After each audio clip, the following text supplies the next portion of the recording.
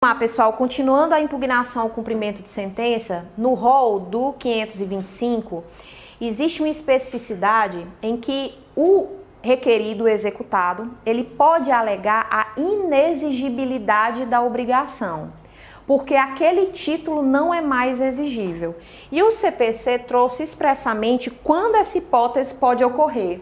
Ele diz o seguinte, que para o efeito do inciso 3º, ou seja, inexigibilidade do título ou da obrigação, considera-se também inexigível a obrigação reconhecida em título executivo judicial fundado em lei ou ato normativo considerado inconstitucional pelo Supremo, ou fundado em aplicação ou interpretação de lei ou de ato normativo tido pelo Supremo como incompatível com a Constituição. O que é que isso aqui significa? Suponha que a sentença foi proferida e essa sentença aqui, quando foi proferida, naquele momento o juiz considerou um determinado precedente. E esse precedente era contrário ao entendimento já reconhecido pelo STF como inconstitucional. Então, observe, o título executivo judicial, ou seja, a sentença, ela foi fundada em lei ou ato normativo considerado inconstitucional pelo Supremo, tá? Então, esse título é inexigível. Porém, existe uma outra hipótese. O parágrafo 14 diz o seguinte, que a decisão do STF deve ser anterior ao trânsito em julgado da decisão exequenda. Tá certo? Então, pode ser que tenha sido interposto um recurso e a decisão do STF tenha sido proferida durante a tramitação do recurso, antes de iniciar a fase de cumprimento definitivo da sentença, tá? Se a decisão desse parágrafo 12 for proferida após o trânsito em julgado, aí já é a terceira hipótese, caberá ação rescisória. É uma nova possibilidade de ação rescisória. Ou seja, eu não tenho mais a impugnação, mas ainda é possível a rescisória, que será contado do trânsito em julgado da decisão proferida pelo STF, aquele prazo de 2 anos. Vocês percebem aqui que pode acontecer o seguinte. Aqui eu tenho a sentença, aqui eu tenho o trânsito em julgado, e aqui eu tenho o cumprimento de sentença com a consequente impugnação. Se o entendimento ele é anterior, a sentença gerou um título executivo inexigível porque é contrário à decisão do STF. Se ela é anterior ao trânsito julgado, permite-se a inexigibilidade, que ela seja reconhecida através da impugnação. O problema é que nesse caso aqui, da decisão exequenda, ele diz o seguinte, que se ela for proferida após esse trânsito em julgado, aqui, caberá ação rescisória. E o prazo da ação rescisória vai contar do trânsito em julgado, ou seja, ele é eterno. Eu tenho o prazo de rescisória de 2 anos, aqui não vai mais ser o cumprimento de sentença, vai ser a rescisória, tá? Eu tenho o prazo de 2 anos, mas são 2 anos do trânsito em julgado da decisão do STF. Não é do trânsito em julgado da minha decisão proferida aqui nesse processo. Então, suponha que o trânsito em julgado dessa decisão ocorreu em 2018 e o trânsito em julgado da decisão do STF vai ocorrer em 2020. Vocês percebem que já passou os 2 anos aqui? Mas eu tenho 2 anos a partir daqui. Então, esse dispositivo está sendo questionado a constitucionalidade dele, tá certo? Mas o que vem caindo é letra de lei. Considera-se que ele não pode, a parte não pode ficar numa situação indefinida ad eterno, esperando, inclusive, a rescisão da sentença, tá? Mas, se for desse período para cá, o correto é a impugnação e não a ação rescisória, tá? Quais são os efeitos da impugnação? A gente já adiantou, Uli. A impugnação, ela não tem efeito suspensivo. A regra é essa. Mas é possível ser concedido efeito suspensivo à impugnação? Ou seja, paralisar a execução por causa da defesa da parte executada? Sim, se a parte executada garantir o juízo, tá certo? Na impugnação ao cumprimento de sentença, ele vai, além de impugnar, garantir o juízo à execução. Ele pode indicar um bem à penhora, ele pode depositar judicialmente o valor que está sendo executado, tá certo? Mas mesmo que seja concedido, seja deferido o efeito suspensivo, a impugnação ao cumprimento de sentença, não vai haver impedimento para os atos executivos, tá certo? Não vai, substituição de eventual penhora, se já tiver ocorrido a penhora, aquilo ali vai ficar garantindo a execução, tá? Mas se ele garante a execução com a penhora ou depósito suficientes, vai atribuir o efeito suspensivo, mas não vai implicar a não efetivação de substituição ou reforço de penhora. Por exemplo, entro com a ação de execução com pedido de execução de título judicial, cumprimento de sentença, e a parte requerida impugna, alegando uma daquelas situações do rol taxativo da impugnação ao cumprimento de sentença. Além disso, eu impugno, tenho aquele prazo, né, de 15 dias para pagar, o prazo de 15 dias para impugnar. Mas suponha que nesse período, antes da impugnação, ocorra uma penhora, tá? Antes de eu impugnar, ocorra uma penhora. Essa penhora não vai ser desconstituída por causa da impugnação, a não ser que o executado ofereça garantia do juízo, caução suficiente para se desconstituir essa penhora, tá certo? Então, o que é que vocês têm que ainda analisar em relação à impugnação? Esse efeito suspensivo aqui não vai gerar suspensão para eventuais outros executados que estejam em litisconsórcio. Cada um vai ter que garantir o seu crédito, o seu débito, na verdade, tá certo? E ainda que seja atribuído esse efeito suspensivo, o próprio exequente pode, por exemplo, requerer a execução oferecendo nos próprios autos caução suficiente e idônea arbitrada pelo juiz. O que é que vai acontecer? Na impugnação, o executado oferece, garante em juízo a execução, pagando, depositando esse valor. Mas o credor diz assim: não, eu quero que continue a execução. É possível a continuidade dessa execução? Sim, mas o próprio credor vai ter que também oferecer caução suficiente, porque se essa impugnação for julgada procedente, ou seja, em favor da parte executada, vocês percebem que ele vai ter um prejuízo aqui, se esse valor for eventualmente levantado, tá certo? Então, nessa hipótese, mesmo que atribuído efeito suspensivo, é lícito ao exequente requerer o prosseguimento da execução, por exemplo, penhorando imóvel, penhorando veículo, mas ele vai precisar garantir a execução nessa hipótese. Por quê? A lei entende que a partir do momento em que o executado garante a execução, ele tem patrimônio suficiente para pagar. Porque ele vai ter que garantir integralmente a execução. E ele tem que garantir com um bem que esteja sem ônus. Não adianta ele garantir a execução com um apartamento que tem penhora do Banco do Brasil, da Caixa, não adianta. Então, quando ocorre normalmente a garantia da execução, é porque há sim algum fato relevante na impugnação que vai precisar ser analisado pelo juiz e provavelmente vai impedir os atos de execução. Então, por isso aqui, mesmo na hipótese de efeito suspensivo, ele pode prosseguir a execução com a caução suficiente. A gente vai conversar agora especificamente sobre a execução de alimentos, que é o que mais vai ser exigido de vocês, acho que tanto na teoria quanto na prática, tá certo? Na execução de alimentos, eu já falei para vocês quais são os 4 foros possíveis de executar esses alimentos. Onde ocorreu a causa, onde tem os bens, no domicílio atual do réu, do requerido, do executado, ou do domicílio do titular dos alimentos, né, do alimentado. Então, é possível a competência nessas 4 hipóteses.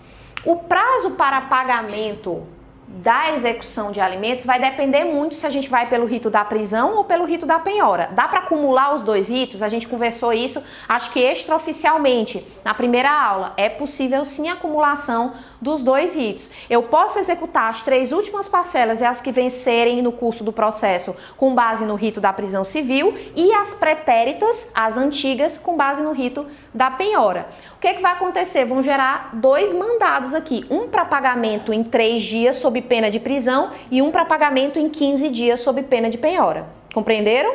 Tá? Não tem nenhum impedimento. Eu posso ajuizar, posso ter 2 petições requerendo o cumprimento de sentença com base na prisão civil e com base na penhora, mas eu também posso fazer uma só e pedir, né, com base na instrumentalidade, na celeridade, essa acumulação. É aceita pelo STJ.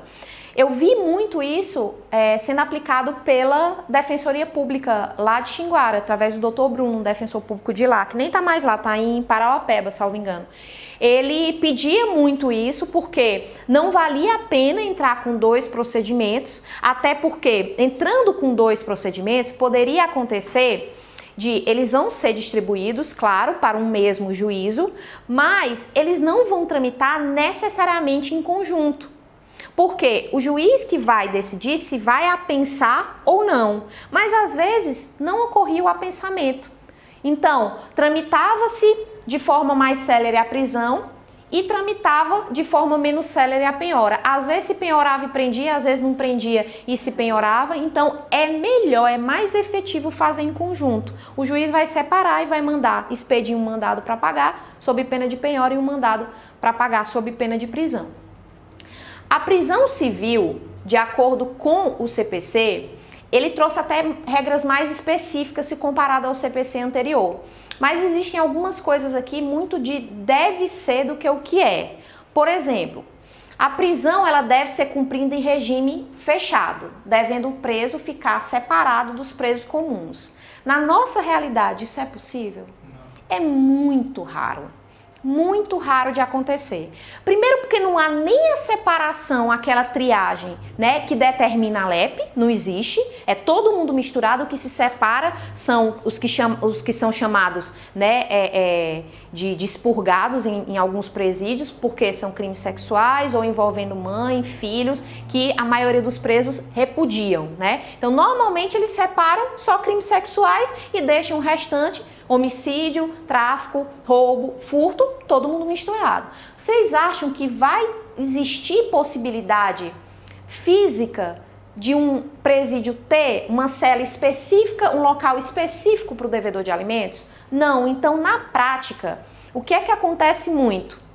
Eles ficam na enfermaria, que é normalmente onde, eu digo isso com conhecimento de causa, porque vi presídios lá no Ceará agirem assim, eles ficam na enfermaria, juntamente com aqueles que têm o direito de permanecer preso em local separado por conta da escolaridade. Isso também é outra coisa que não existe. Então, porque não tem espaço, muitas vezes ficam na enfermaria, que é um pouco mais limpinha, e não se mistura com os demais presos, tá certo? Ou então permanecem na delegacia. Ficam na delegacia, normalmente é o que acontece, porque na delegacia muitas vezes a família arruma dinheiro, paga, ele sai 2, 3 dias depois, então não tem aquele procedimento de mandar para o estabelecimento prisional, porque precisa de escolta, precisa de vaga e de tudo que vocês já estão acostumados a ver, tá? Essa prisão civil, ela pode ser decretada de 1 a 3 meses, o mínimo e o máximo. O juiz pode adotar um entendimento dele nesse intervalo. Se ele decretar de 2 meses, tá válido, ele vai permanecer durante 2 meses até o efetivo cumprimento. Mas se porventura ele não paga, o juiz pode decretar de novo, por exemplo, por 1 mês para compensar esses 3 meses aqui? Não. O que já foi decretado a título de prisão não pode ter uma renovação do decreto prisional, com exceção do que se vencer. O que se vencer, se eu estou devendo de janeiro a abril e eu sou presa por conta desse período, eu não posso mais sofrer a prisão civil por conta desse período. Eu só posso sofrer de maio em diante. Tá certo? Não pode ter renovação do decreto prisional se eu já fui preso, porque senão isso ia virar baderna. A pessoa que não tem, se foi presa e não pagou, é porque realmente ficar preso não é bacana. Seja na delegacia, separado, vamos imaginar que isso aqui realmente funciona. Não é legal. Passar um dia na cadeia não é legal. Pra gente que tá aqui fora, a gente não consegue imaginar, mas para quem tá lá dentro, um dia é muito tempo. Então, é muito difícil de que ocorra essa prisão sem o pagamento. Se for feito o pagamento, o juiz vai suspender a ordem de prisão. Nesse caso, o juiz vai intimar para pagar, não pagando, ele já prende durante esse prazo aqui, que pode ser de 1 a 3 meses. Mas se ele paga antes, o juiz, ele suspende meramente a ordem para poder intimar o credor dos alimentos para ver se o pagamento está ok. Porque se não tiver, aí ele manda prender, tá? Outro ponto que eu quero conversar com vocês sobre execução de alimentos. O exequente pode promover a execução somente com base no rito da prisão civil, do que compreender até as 3 últimas prestações anteriores e as que se vencerem. Isso aqui é entendimento simulado que veio para a lei, tá? Alimentos pretéritos, eles podem se sujeitar à prisão civil? Não, mas a demora na apreciação do pedido não pode gerar impossibilidade da prisão civil. Por exemplo, o juiz recebe a petição de cumprimento de sentença quando estão vencidas de março, abril e maio. Estão vencidas essas prestações aqui. Só que o cumprimento de sentença, a ordem para pagamento, ela demora por uma questão, né, de atraso processual mesmo. E o que é que acontece? Já se venceram até dezembro, quando sai a ordem de pagamento. Nesse caso, o devedor tem que pagar só isso ou até dezembro? Ele tem que pagar tudo. Isso até o mês de dezembro, ou seja, de março até dezembro.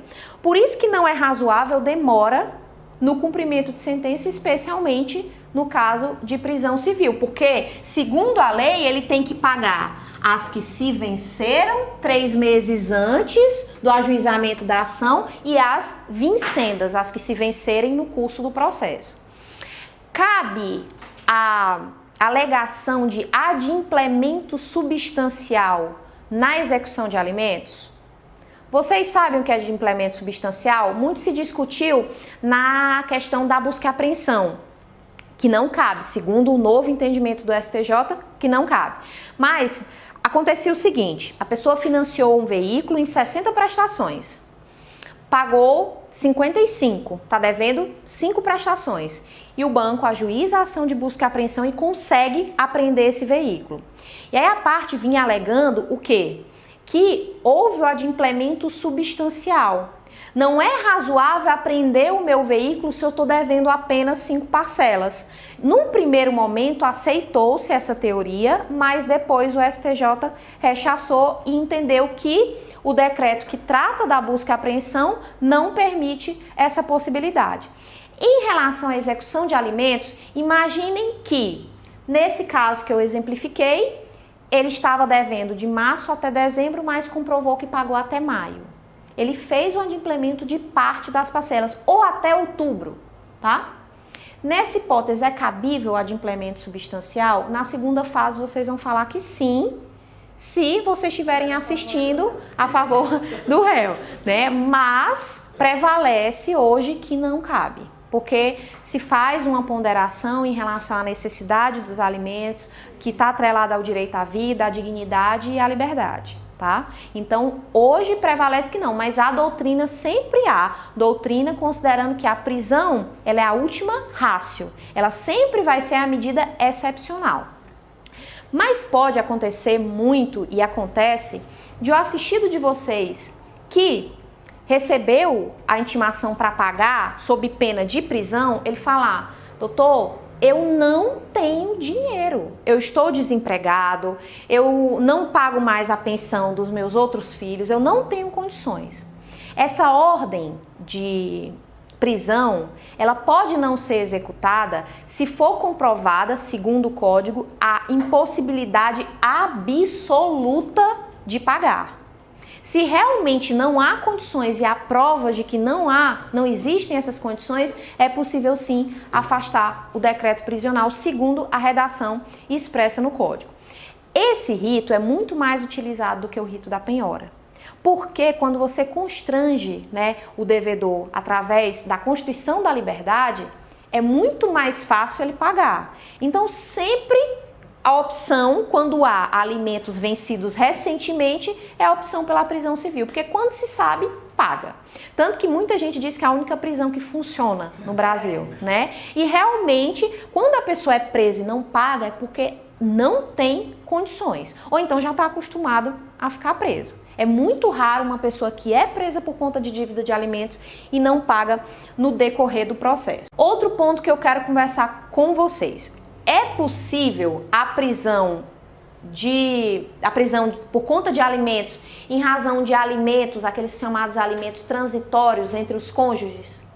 A gente está falando aqui sempre de filho, mas imaginem um caso de divórcio em que houve a fixação dos alimentos e o devedor dos alimentos, eu vou utilizar aqui, né, o exemplo do homem, mas pode ser a mulher, já vi situações inclusive assim, não efetuou o pagamento. É possível a prisão civil? O que é que vocês acham?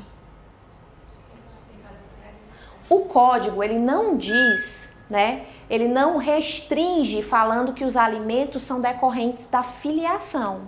Então, entende-se sim que há essa possibilidade, tá certo? Eu coloquei até aqui, não, eu trouxe escrito para vocês, vou só pegar aqui a minha julgado do STJ, tá? Há julgado nos dois sentidos, há entendimento nos dois sentidos do STJ. No cumprimento de sentença, há duas possibilidades, segundo... Agora eu não sei onde é que está a minha pesca, onde eu coloquei o número dos julgados. Não, tá aqui, desculpa. Há sim possibilidade, tá? Deixa eu ver se é esse aqui. Eu trago para vocês, eu anoto e coloco, acrescento no material, porque eu não tô achando aqui.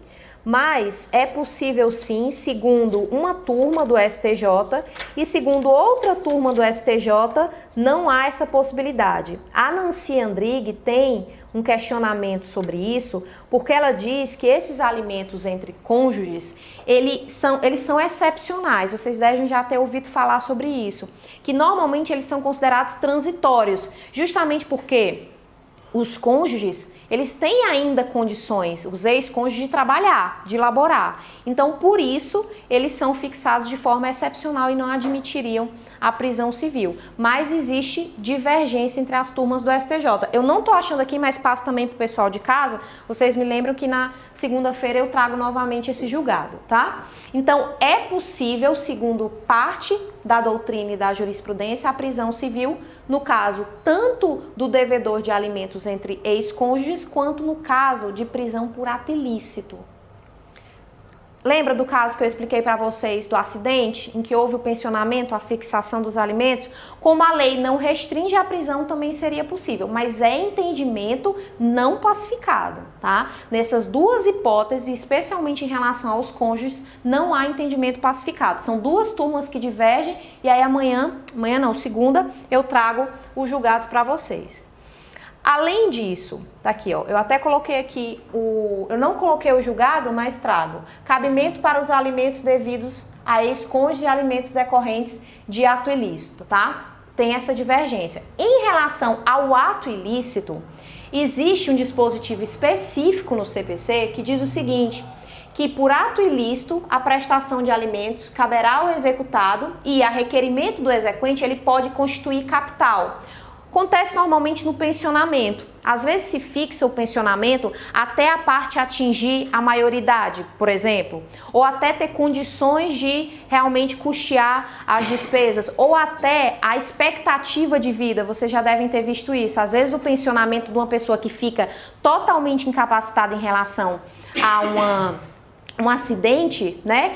Ao pensionamento até o falecimento, que pode ocorrer antes, ou então até a possível expectativa de vida, que aí vai variar muito conforme os dados do IBGE, 75, 78, 80 anos, eu sei que gira em torno mais ou menos de 75 até 78 anos. Então, é para ser constituído uma renda, um capital, para que desse capital seja extraído esse pensionamento.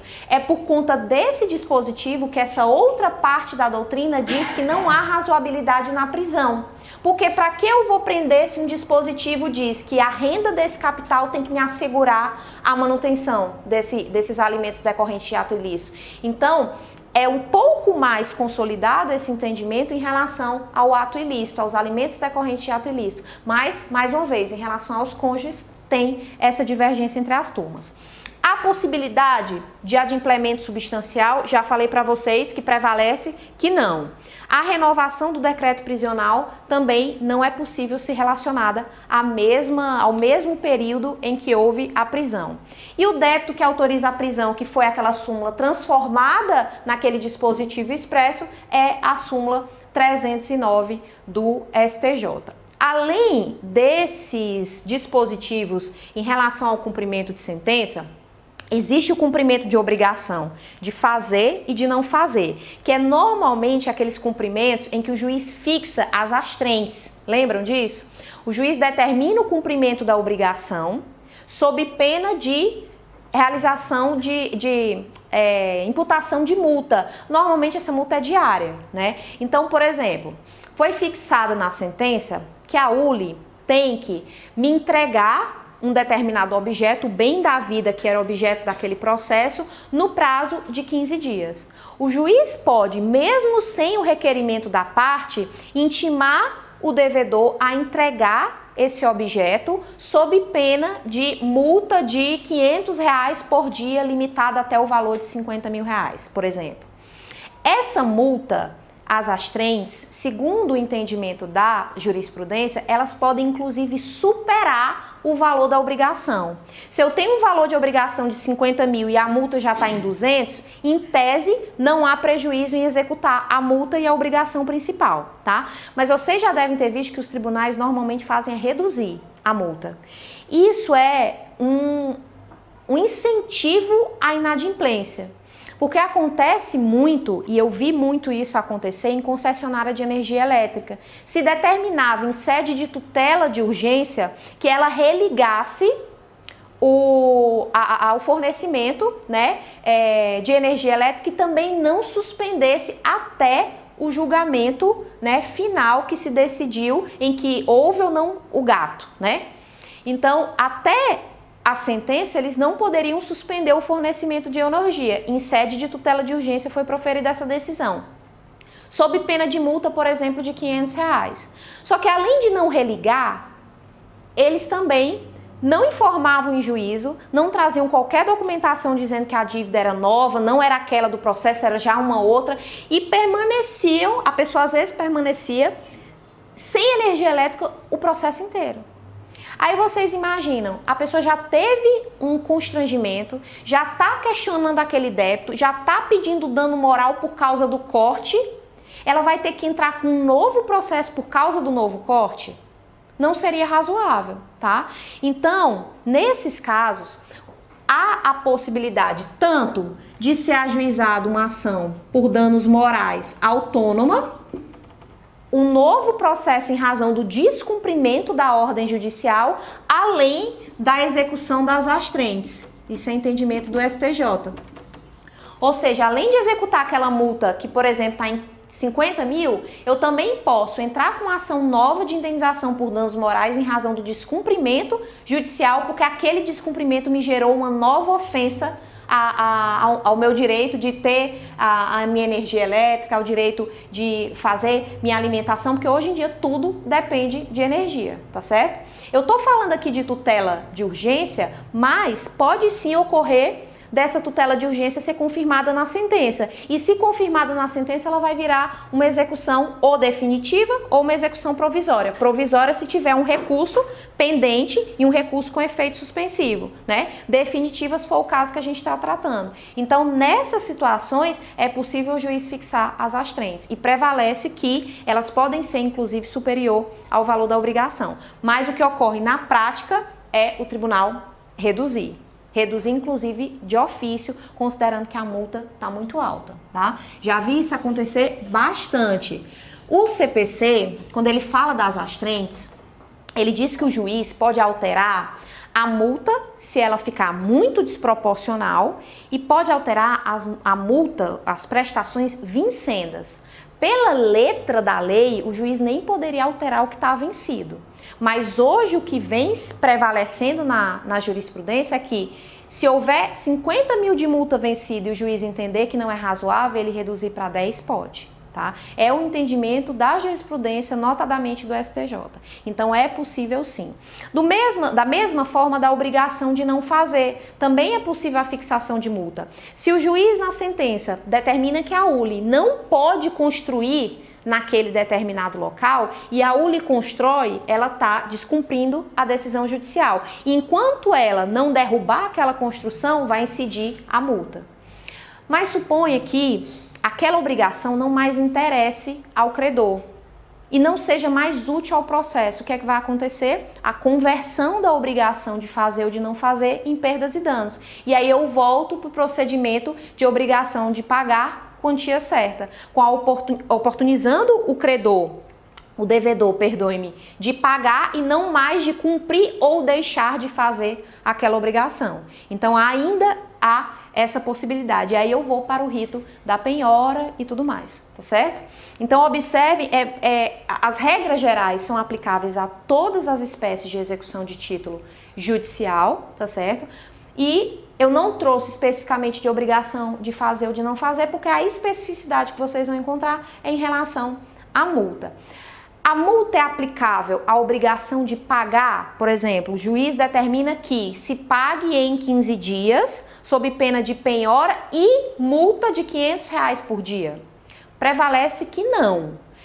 Pela letra da lei, a multa, as astrentes, elas podem ser fixadas em qualquer tipo de obrigação. Mas quando se trata de uma obrigação já de pagar, não é possível, segundo a maioria da doutrina, que seja aplicada multa astrentes pelo não cumprimento da obrigação de pagar. Porque já vai incidir juros, correção, honorários e a multa, tá certo? Essa multa, ela é aplicável, já trazendo o que a gente vai trabalhar segunda-feira, a multa de 10% que a gente viu caso não efetue o pagamento. Ela é aplicável no âmbito dos juizados especiais? A multa sim, é enunciado do FONAGE, mas os honorários não, tá? Então a multa é sim aplicável no âmbito dos juizados especiais, caso não ocorra o pagamento, porém, só essa multa é aplicável, os honorários não são, tá? Porque os honorários, eles só são aplicáveis nos juizados quando você decide o recurso, tá? E aí é o próprio turma recursal que vai fixar o valor dos honorários ou não. Então, basicamente, no cumprimento de sentença, o que tem de mais importante é isso. Eu fico devendo para vocês os acórdãos divergentes sobre a execução de alimentos em relação aos cônjuges e eu pergunto se vocês têm algum questionamento, alguma dúvida prática. Alguém? Tá. Então, a gente finaliza aqui e na próxima aula a gente vai com os juizados especiais.